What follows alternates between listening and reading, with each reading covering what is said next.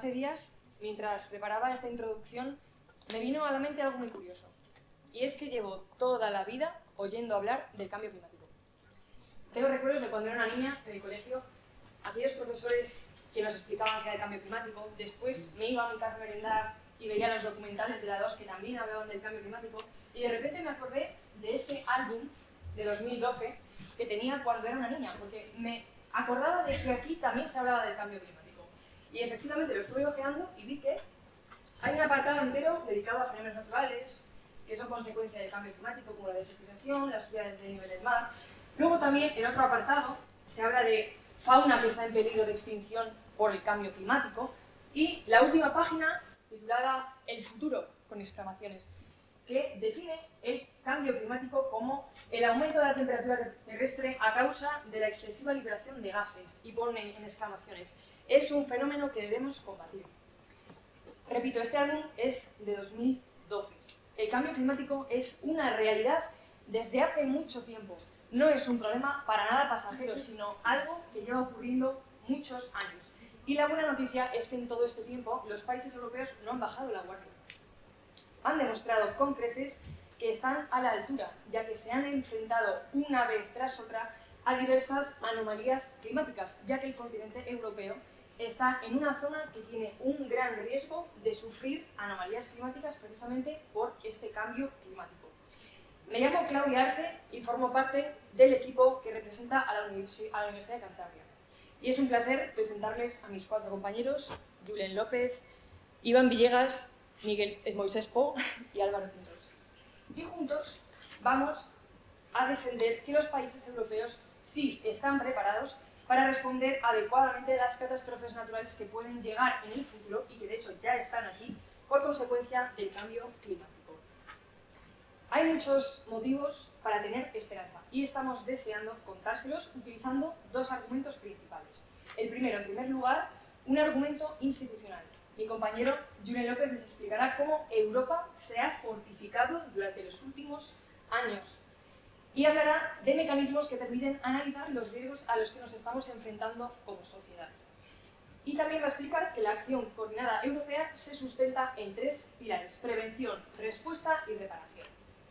En segundo lugar, un argumento histórico que les contará Moisés Po, que hablará de varias situaciones críticas a las que los países europeos ya se han enfrentado, con certeza y también con entereza. Diversas crisis climáticas a lo largo de la historia. Se han actualizado y desarrollado planes de acción que posibilitan que los errores sean una excepción. Porque todos somos conscientes de que a veces, desgraciadamente, se cometen errores. Y todos los sufrimos porque tenemos corazón en el pecho. Y todos sentimos el dolor de todas esas personas que se han quedado sin nada de la noche a la mañana. Esa incertidumbre de si hoy le ha pasado allí, mañana me puede pasar a mí, aquí. Pero si algo cierto es que ante la adversidad el ser humano se supera. ¿Por qué? Porque aprende. Afortunadamente, a día de hoy podemos decir que la regla general es la previsión y la respuesta ante estos cambios climáticos, con una buena gestión. No dejemos que los árboles, los errores, nos impidan ver el bosque. El cambio climático preocupa y mucho a la sociedad actual. Una sociedad que está dispuesta a cooperar, que cree en el avance tecnológico, una sociedad implicada, que siempre mira hacia adelante, que también sabe cuáles son los riesgos a los que se enfrenta y que admite su parte de la responsabilidad. Jamás habíamos estado tan preparados como en este momento para afrontar el futuro. Y es un deber, en nuestra opinión y en la de todos, que debemos aprovechar esta oportunidad. Muchas gracias.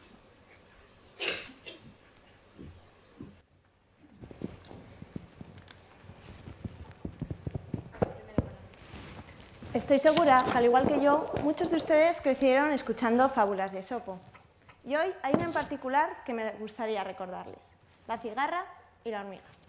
Durante muchos veranos, la cigarra pasaba totalmente desapercibida. Se pasaba el día cantando bajo el sol. Uy, pero ¿cómo no se les ha ocurrido avisarme? Creía que venía totalmente preparada a este debate. Y sin embargo, fíjense, vengo descalza. ¿No creen que me ha pasado un poco como a los países europeos? Que se piensan que están absolutamente preparados con su traje de chaqueta y su pantalón de pinzas. Y sin embargo, les falta algo fundamental: los zapatos. Mi error es fácilmente subsanable. Basta con volverme a calzar. Sin embargo, el error de los países europeos es mucho más grave. La pérdida de vidas humanas es total y absolutamente irreversible. Buenos días, miembros del jurado, público asistente, equipo contrario. Mi nombre es Sandra Fernández y junto a mi equipo, Hugo, Jorge, Aitana e Isa, defenderé la postura en contra de la pregunta que hoy nos reúne. ¿Están preparados los países europeos para responder adecuadamente a las catástrofes naturales que puedan venir en el futuro debido al cambio climático? Nuestra respuesta es clara. No. Los países europeos no están preparados. Y para ello creo conveniente empezar definiendo varios conceptos.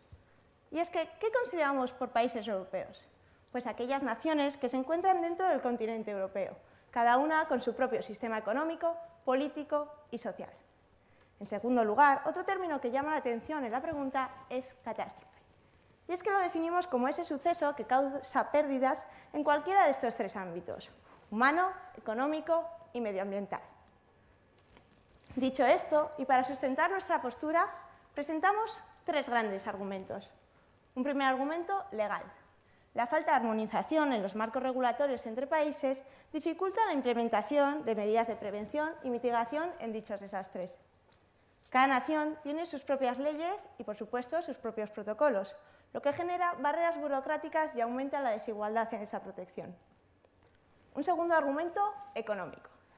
Y es que, como ya venimos mencionando, las diferencias en el desarrollo económico de los países europeos afectan a la capacidad de prevención y de respuesta ante estos desastres. No todos los países cuentan con los mismos recursos ni destinan el mismo presupuesto a la gestión de riesgos. Mientras algunas naciones tienen infraestructuras y tecnología avanzada, otras carecen de lo básico para atender simples emergencias. Y un tercer argumento que no me gustaría olvidarlo, y es el argumento social. Uno de los más importantes.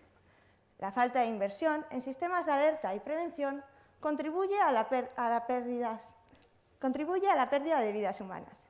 Pérdidas humanas que, como he mencionado, podrían evitarse con mejores estrategias. Además, la desinformación y la falta de conciencia social agravan gravemente el problema. Europa, como yo, señores y señoras, cree estar preparada, pero la realidad demuestra lo contrario. No sirve con llevar un simple traje de chaqueta si te vas a olvidar de los zapatos. No podemos depender del pasado para enfrentar problemas del futuro. Debemos prepararnos para lo inesperado. De lo contrario, los países europeos no podrán afrontar con éxito estas catástrofes. Es por todos estos argumentos, legal, económico y social, que nuestro equipo se posiciona total y absolutamente en contra. Muchas gracias. Europa, a lo largo de toda su historia, que se extiende por milenios enteros, sí, ha sufrido numerosas catástrofes, episodios que han conllevado pérdidas de todo tipo, pero que nos han enseñado que unidos ante la adversidad resurgimos más fuertes. Como ha comentado mi compañera Claudia Arce, les vamos a mostrar cómo a lo largo de las últimas décadas la Unión Europea ha demostrado su capacidad para engendrar planes de actuación que pongan remedio a cualquier tipo de catástrofe derivada del cambio climático que venga en el futuro. Y es que las instituciones europeas han desarrollado un sistema de respuesta y resiliencia estructurado en tres ejes principales: prevención, respuesta y recuperación. Comenzaremos por la prevención. Y es que el primer plan europeo para tratar de adelantarse a estas posibles catástrofes surgió en el año 2013 y ha sido objeto de numerosas actualizaciones, la última de ellas en febrero de 2021, con la creación de la Estrategia de Adaptación Europea, basada en el Informe Europeo de Riesgos Climáticos de la Agencia Medioambiental Europea, que daba una delineación de hasta 80 potenciales riesgos climáticos para el viejo continente y las pautas de acción necesarias a seguir para evitar un grave efecto en la población. También un informe de la Agencia Medioambiental Europea del año 2020 titulado «No dejar a nadie atrás» recalcó 3 puntos para la adopción de medidas: la evaluación de riesgos y de población en zonas de riesgo, el estudio de soluciones basadas tanto en la naturaleza como en avances tecnológicos y el monitoreo constante de los progresos realizados. Porque Europa es una suma de partes que no todas tienen las mismas características, desde España hasta las repúblicas bálticas, pero su lema es unidos en la diversidad, porque todos tenemos que plantar cara a este gran problema. Pero la prevención no llega siempre, y aún así la respuesta siempre estará asegurada. Un ejemplo es el sistema descentralizado de acción de Alemania, un Estado federal, sí, que tiene distintas administraciones que tienen sus propias competencias, pero en caso de catástrofe, toda autoridad de respuesta está conectada permanentemente y todos tienen acceso a la situación en tiempo real de una catástrofe, esté quien esté al mando. Además, en caso de una catástrofe grave, se declara automáticamente una emergencia, el control pasa al Gobierno federal y se envía a la Agencia Federal de Ayuda Técnica con sus hasta 80.000 efectivos y voluntarios a la zona, junto a las Fuerzas Armadas, los cuales, en las inundaciones de Europa Central del año 2021, desde luego que no llegaron descalzos, llegaron con las botas altas bien armadas para salvar cientos de vidas que sin su acción no podrían haberse salvado. Me gustaría ceder la palabra. Y en países que no están dentro de esa Unión Europea, ¿también se dieron buenas respuestas? Gracias por su pregunta. Y es que el Tratado de Funcionamiento de la Unión Europea, también conocido como Tratado de Lisboa del año 2008, establece en su artículo 214 que la Unión Europea ha de prestar apoyo incluso a terceros países cuando sufren graves consecuencias catastróficas. Por ejemplo, les hablaré también en la parte de recuperación del Fondo de Solidaridad Europeo, fundado en 2002 tras las graves inundaciones de Europa Central de 2021. A lo largo de sus 23 años de historia, ha concedido casi 9.000 millones de euros en ayudas a 24 países miembros de la Unión Europea, sí, pero también a 4 países candidatos a su entrada. Por lo tanto, Europa responde no solo dentro de sus fronteras, sino también fuera, porque Europa es la solidaridad. Sí, su pregunta, por favor. Si Europa puede prestar ayuda a terceros países, ¿afirma que en Europa también hay terceros países que no están preparados? Precisamente para equiparar la capacidad de respuesta, existe el Mecanismo de Protección Civil Europea, un cuerpo de la Unión Europea presente en todos los países y además acorde a las necesidades geográficas y de situación climática de cada país. Este equipo ha sido desplegado, por ejemplo, en la Dana de Valencia de 2024 para poder prestar ayuda y acceder así a terrenos que habían sido gravemente afectados por los corrimientos de tierra. Y es que el Fondo de Solidaridad Europeo también ha estado presente en nuestro país, en la crisis del Prestige, en los incendios con Portugal. Los incendios no entienden de fronteras, pero la solidaridad europea tampoco. En la Dana del 2019 y más recientemente se ha solicitado su ayuda en la Dana de 2024 y ya se está movilizando un adelanto de 100 millones de euros sin que siquiera el Parlamento Europeo tenga que aprobar su gasto completo. En resumen, Europa cuenta con un sistema de respuesta eficaz, rápido y solidario. Muchas gracias.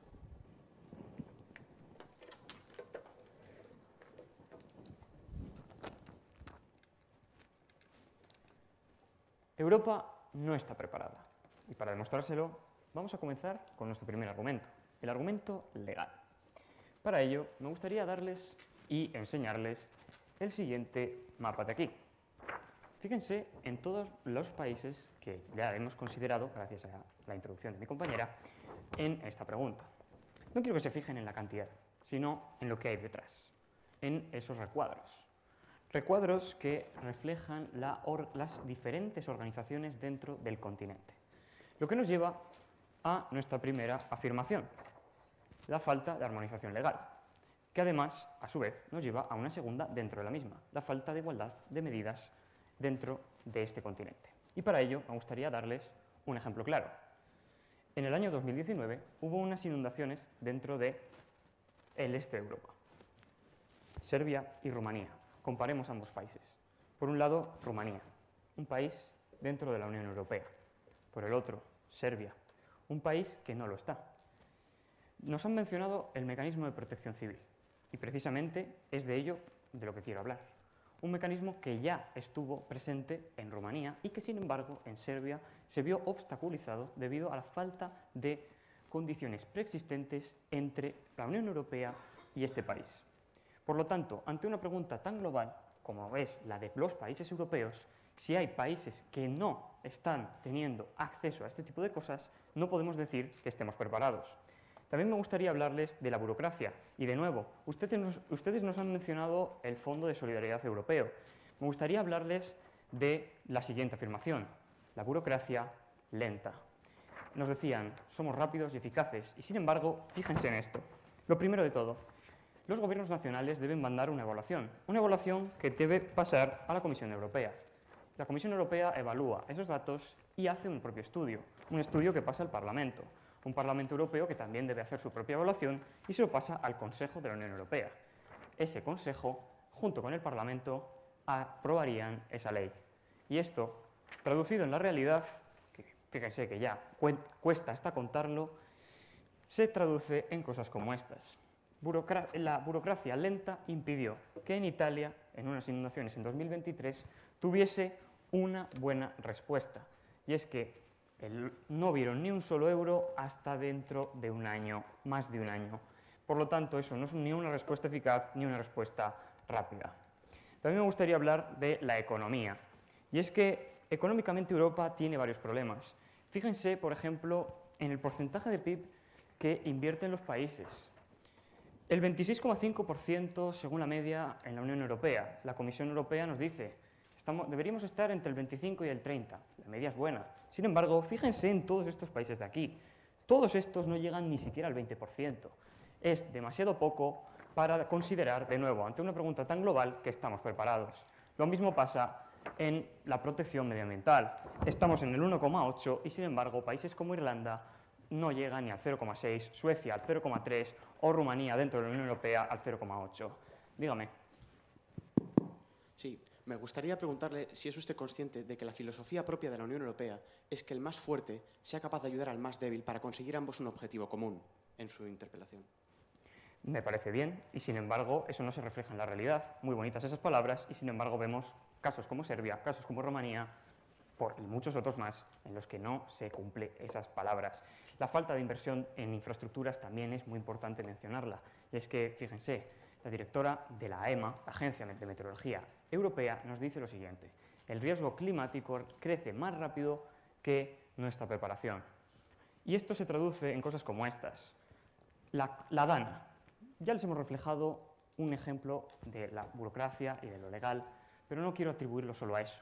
Cosas como las noticias que hay aquí. Desde el año 2008 no se ha invertido lo suficiente. De nuevo, ¿cómo podemos decir que un continente como Europa está preparado si pasan cosas como estas? Me gustaría también hablarles de nuestro último argumento, el argumento social. Y es que para ello, imagínense, compañeros, un barco que navega tranquilamente y que se encuentra en una tormenta. Y esa tormenta no es lo suficiente para hundirlo, pero ha conseguido llegar a puerto. Ustedes nos dirían, pues hemos dado una respuesta adecuada, hemos conseguido el objetivo, y sin embargo, 10 tripulantes murieron. ¿Para esas personas fue una respuesta adecuada? Nosotros pensamos que no. Y es que la ONU cita, deberíamos estar cercanos a 0 muertes, y cifras como 47.690 muertes el año pasado por olas de calor. No puede ser de un continente que se considera preparado, y Europa no lo está. Muchas gracias.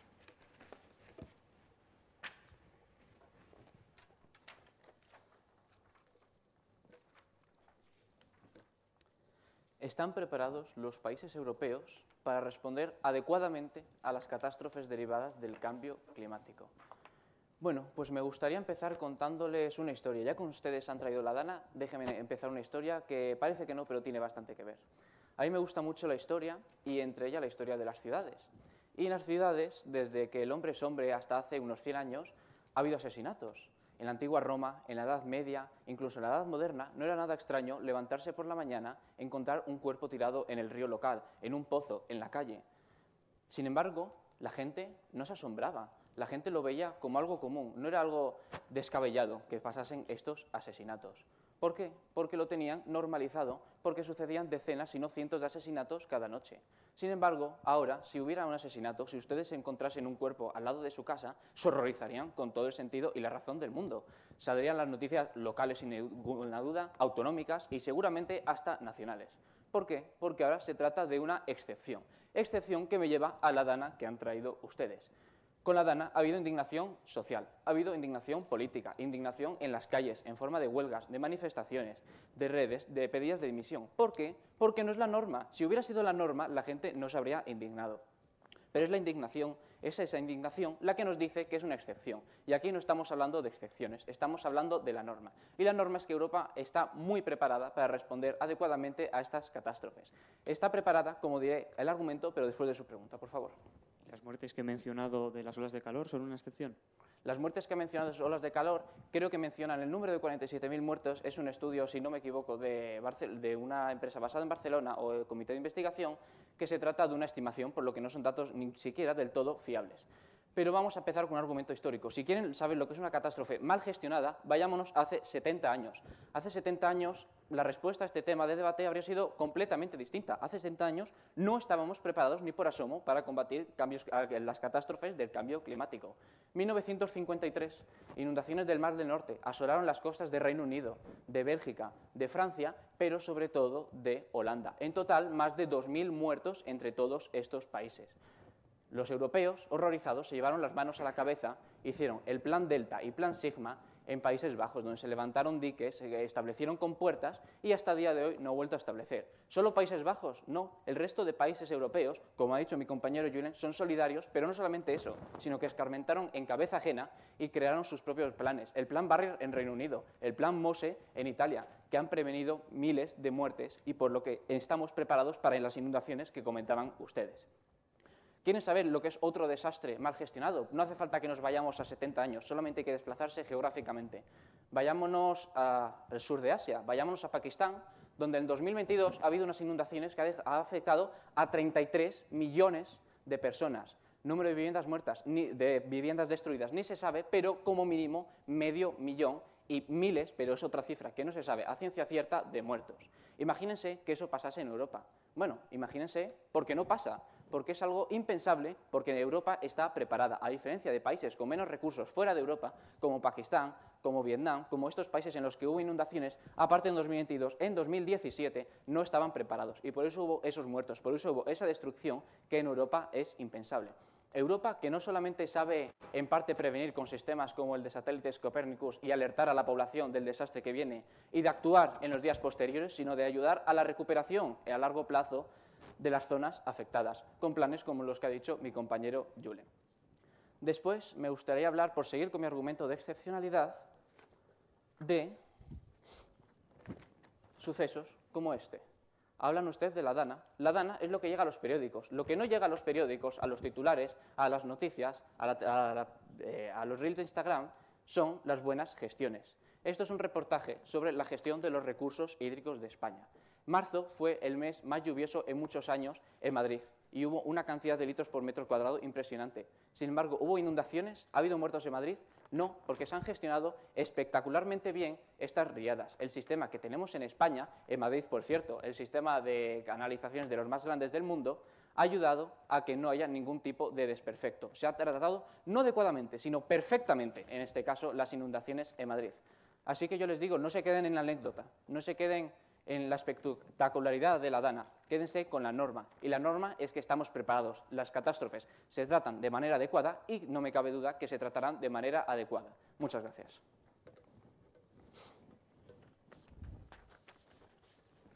Decir que hacemos todo lo que podemos no es para nada suficiente. El éxito no es conformarse, es seguir avanzando. Estas palabras de Winston Churchill son muy importantes en este debate, porque miembros del jurado, miembros del equipo rival, ante las catástrofes naturales, los actos son lo importante, las palabras quedan en segundo plano. Quiero recordar uno de los datos más demoledores que nos acatan en este debate. 175.000 muertos, según la OMS, cada año en Europa por el calor extremo. Representamos el 10% de la población mundial, sufrimos el 36% de las muertes por calor extremo. Yo les quiero preguntar, ¿es esto una excepción o una norma anual?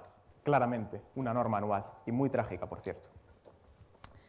Uno de sus principales argumentos ha sido el Fondo de Solidaridad, pero este mecanismo es claramente insuficiente. ¿Conoce usted su presupuesto anual? 1.500 millones de euros. ¿Saben cuál es el presupuesto de una comunidad muy pequeña de España como La Rioja anualmente? Más de 2.000 millones de euros. ¿Creen que esto es suficiente? Están muy lejos de serlo. Y hablando también de economía, creo que es importante recordar el poco compromiso de los países europeos con el cambio climático. Este gráfico muestra el porcentaje de PIB que los principales países europeos, España, Francia, Reino Unido, Alemania e Italia, invierten en sus ministerios medioambientales y de acción contra el cambio climático.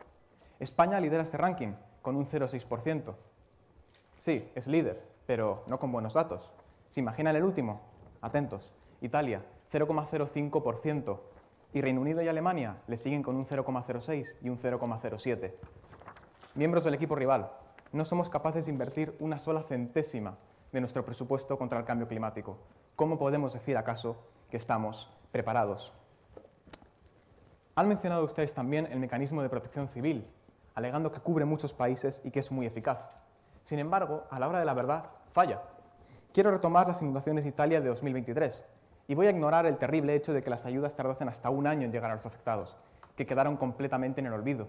Quiero centrarme en su aplicación técnica de este mecanismo.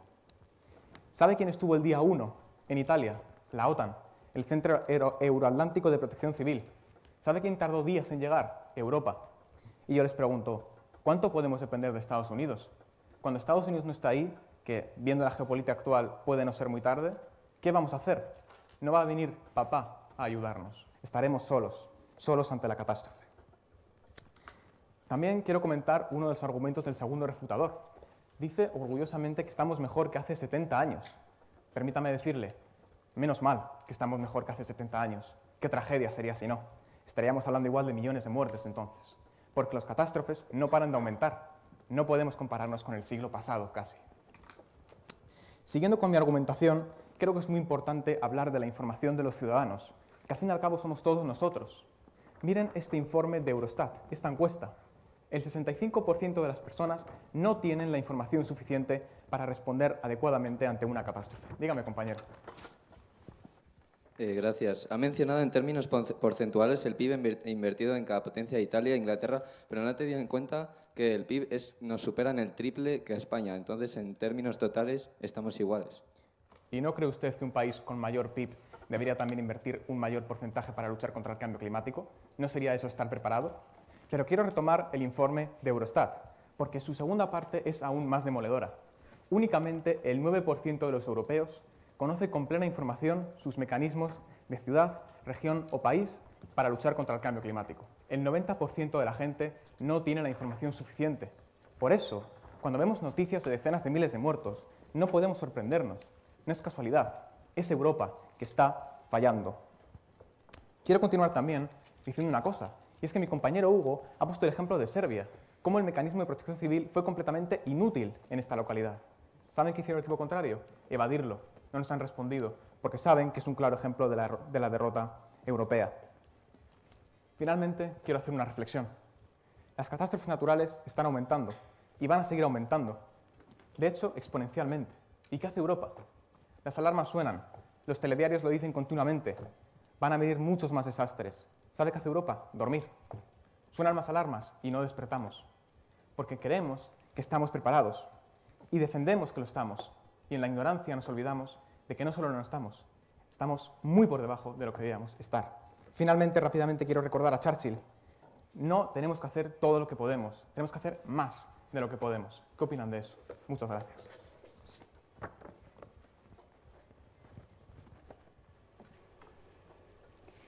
¿Se acuerdan de la historia que les ha contado mi compañera sobre la cigarra? Ella ha tenido un accidente como el que tuvo la cigarra, iba descalza. Y básicamente es lo que nuestro equipo ha demostrado durante toda nuestra intervención, que Europa está descalza, que Europa no está preparada. Y me gustaría decirles algunos detalles para tener en cuenta según el orden en el que los hemos ido diciendo. Primeramente, nuestro equipo a favor nos hablaba de que hay muchos motivos para tener esperanza y nosotros nos hemos puesto en sus zapatos, no les hemos contradicho.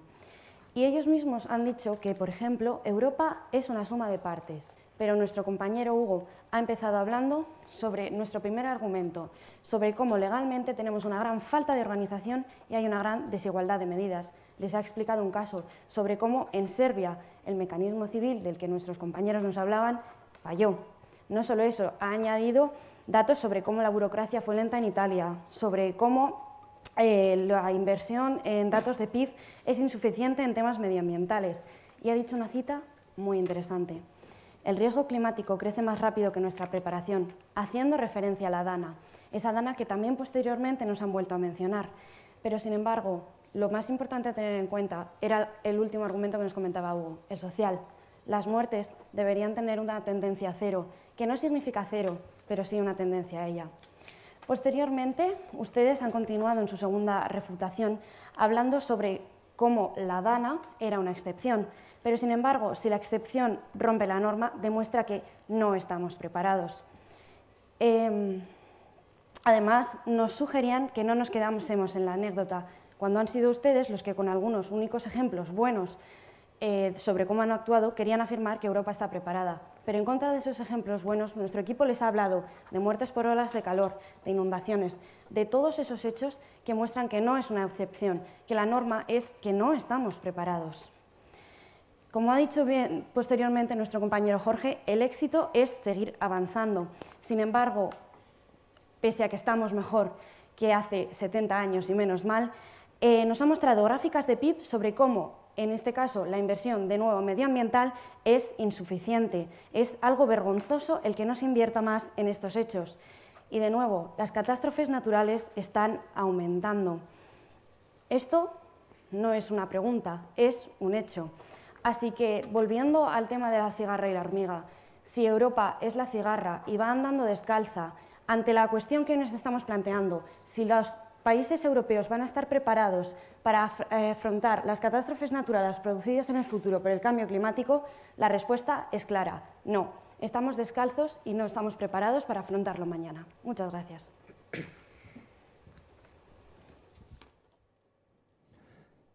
Ante todo, quería empezar mi intervención agradeciendo al equipo rival y a todos los presentes su tiempo y su paciencia al escucharnos. A lo largo de este debate, mis compañeros y un servidor les hemos mostrado la existencia y eficacia de los mecanismos europeos de acción conjunta, coordinada y solidaria, fruto de desastres pasados que enseñaron que juntos somos más fuertes. Comencemos repasando las líneas argumentales que nos ha expuesto el equipo rival. Primero, criticaron ustedes en su primera refutación al mecanismo de protección civil europeo, dando casos aislados donde no ha funcionado, dando excepciones a la norma general. Además, hablaron sobre la capacidad de respuesta de países que no están dentro de la Unión Europea, a lo que respondimos que la solidaridad de la Unión Europea no entiende de fronteras. Además, nuestra filosofía se fundamenta precisamente en ese principio. Presentaron después porcentajes intrincados, que no reflejan cifras absolutas, que supone un aumento de una décima porcentual para un país como España frente a un país con un Producto Interior Bruto menor, como es el caso de Eslovenia. Eso es evidente y son matemáticas básicas. Además, uno de sus compañeros incluso nos dio la razón. Ya no tenemos que lamentar millones de muertes. ¿Por qué? Porque nuestros mecanismos han probado ser eficientes. El mecanismo de protección europea funciona. El mecanismo de monitorización en tiempo real Copernicus vigila nuestros cielos y nos protege constantemente. Y las ayudas llegan a los destinatarios normalmente por los generosos fondos de solidaridad europeos. Repasemos también qué han dicho mis compañeros. El resumen de nuestros argumentos, que les presentamos dos. Mi compañero, Julen López, les ha explicado cómo Europa se ha fortificado durante los últimos años. Les ha presentado base científica y análisis de riesgo, reflejados en nuestros informes. Les hemos expuesto cómo presentamos una respuesta solidaria, coordinada, como es el caso de los sistemas de respuesta descentralizados que tienen países como Alemania. Y son un ejemplo a seguir. Ejemplo a seguir, como el que les ha hecho tanto hincapié mi compañero Moisés. Europa es un ejemplo a nivel mundial. No nos debemos comparar con países que sí han mostrado una falta de preparación rotunda y absoluta, como es el caso de unos países tercermundistas, Pakistán, países africanos, Marruecos. Europa en verdad sí está preparada. Nosotros reducimos las cifras de los millones de muertos, reconocemos que no puede haber una gestión utópica, pero no somos como esa cigarra vaga. Europa es una hormiga diligente y sí estamos calzados, estamos preparados para hacer frente no solo a las catástrofes que han sucedido, sino las que están sucediendo y sucederán en un futuro. El devenir de los años nos ha puesto en una posición complicada, sí, pero no por ello debemos perder el sueño por las noches, porque hemos demostrado ser capaces de enfrentarnos a ellas. Y cuando vuelvan a azotarnos en un futuro, estaremos en guardia y dormiremos tranquilos. Muchas gracias.